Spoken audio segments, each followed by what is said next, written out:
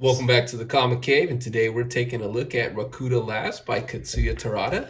This book should have been called Lots of Fucking. Golly.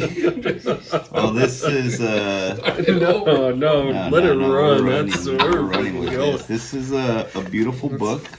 There It's is got a lot of inappropriateness, but beautiful art. Beautiful This is definitely art. not for kids. This is John Wick on crack. Yeah, or heroin, Or, man. yeah, heroin. So yeah, this is a hitman who just goes around doing lots of violent stuff and interacting and doing crazy sex stuff. Yeah, it kind of like,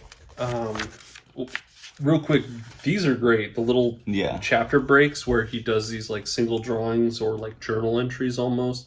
Super cool. Gives you a look into his mind. But He kind of reminds me like of Marv from Sin City. That's exactly what I was thinking when I was reading through it. It's almost as if Katsuya had done his own rendition of Sin City, exactly. but kicked it up like 20 notches. Yeah.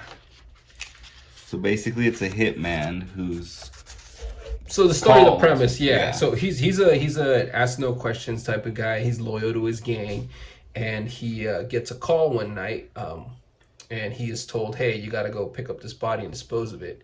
And for the first time, he asks a question, well, who is it, or how do I get rid of it? And they're like, you're who not cares? paid to ask Exactly. questions. You're paid to do this. Exactly. So he gets there. They pick up the body, and he's like, "Hey, where's the boss?" And they're all, "He's not here today. Yeah. So just take the body and go." So you can kind of guess where this is going, Yeah. guys.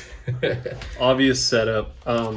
But real quick, just the drawing, like how much like Alex Toth do you see in this? Like the blacks and like the compositions are so detailed but like so simplistic, and it gives you that depth.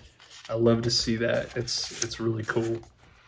So yeah, they figured out that they've been had and that they've been double crossed and that they've been set up. But more importantly, that the boss has been killed. Yeah.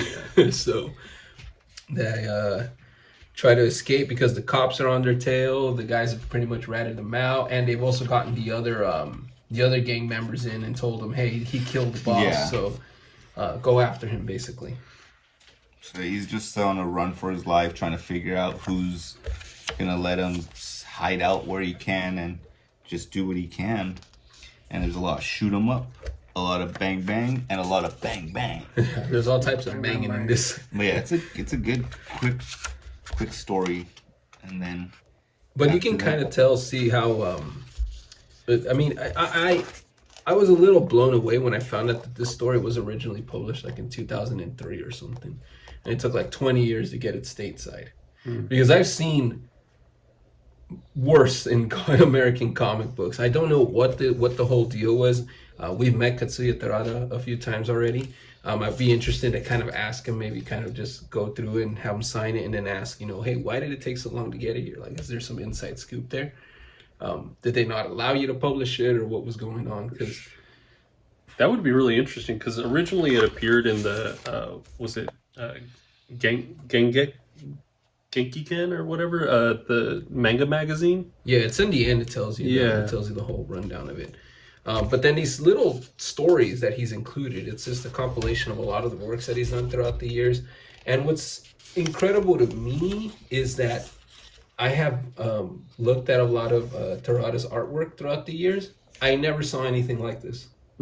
So if you're familiar with this artwork, and you haven't seen this from him, it's gonna blow your mind. Absolutely. So then you see Rakuda dance. Whoopsie. He's up to the same old stuff. It's Yeah. all violence. He hooks up with everybody, man. Yeah, he Man, does. woman. Like, What I really like too about the use of black here reminds me a lot of the great was it Jean Paul Leon? Like how he utilized a lot of that as well. That was pretty cool. I noticed a lot of that, and I love the Japanese. yeah, the translator does a really good job. But it's great to see his lettering because that's all him. Oh right? yeah. There's just a lot of, and Yeah. it just keeps going. I mean, it's great, right? It's like Yeah. it's one big sex scene that's also a fight, which is like superhero comics anyway. But like he just goes there and shows you. But the sex scenes are fun though, Yeah. because of the conversations and the interactions that he has. This guy does not discriminate. He doesn't discriminate against anybody. And some of the people take offense to that. And so funny when he kind of gets caught up in that and they're asking him, yo, man, what the hell? Like, what are you doing? Oh, shut up. Exactly. And then we got some color from him. That I thought was really beautiful. I was like, whoa, that was a cool little spot. And then this very Eric Powell. Yeah. I was like, woof, that's the goon right there. So I don't know if it's, I have to look at the dates, but influence, I mean, great artists influence each other, right? So. Absolutely. You're And dead. we see a huge shift in the way he's approaching the art. We go from all those black and whites to like all this like interesting zipatone now. Yeah. That was cool, man. It just felt like multiple comics in one, which is what I think it was the goal was here. To really give you a whole lot of, on the palette of what Terada's been doing all these years. Definitely.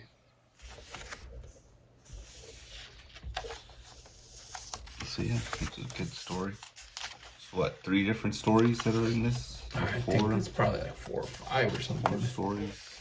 They feel deep, and man, like I found myself just looming like on each page, just kind of like checking out how he was breaking it down. Because the amount of details he puts in. Oh yeah, it looks so simple, but you can tell like everything's there.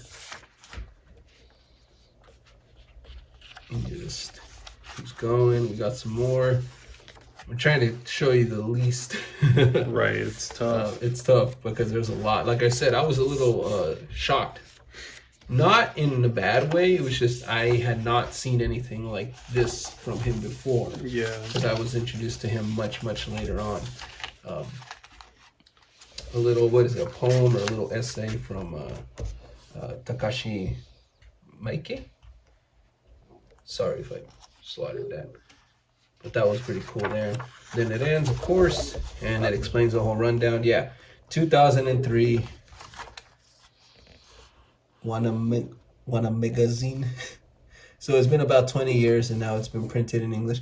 Definitely worth picking up, especially if you're a fan of his. Absolutely. You definitely want to go back. And I think, did we show off the little pinups here at the beginning? We can always loom. I mean, they're gorgeous. I would say like this is the stuff that I mainly saw from him. Yeah, more like this.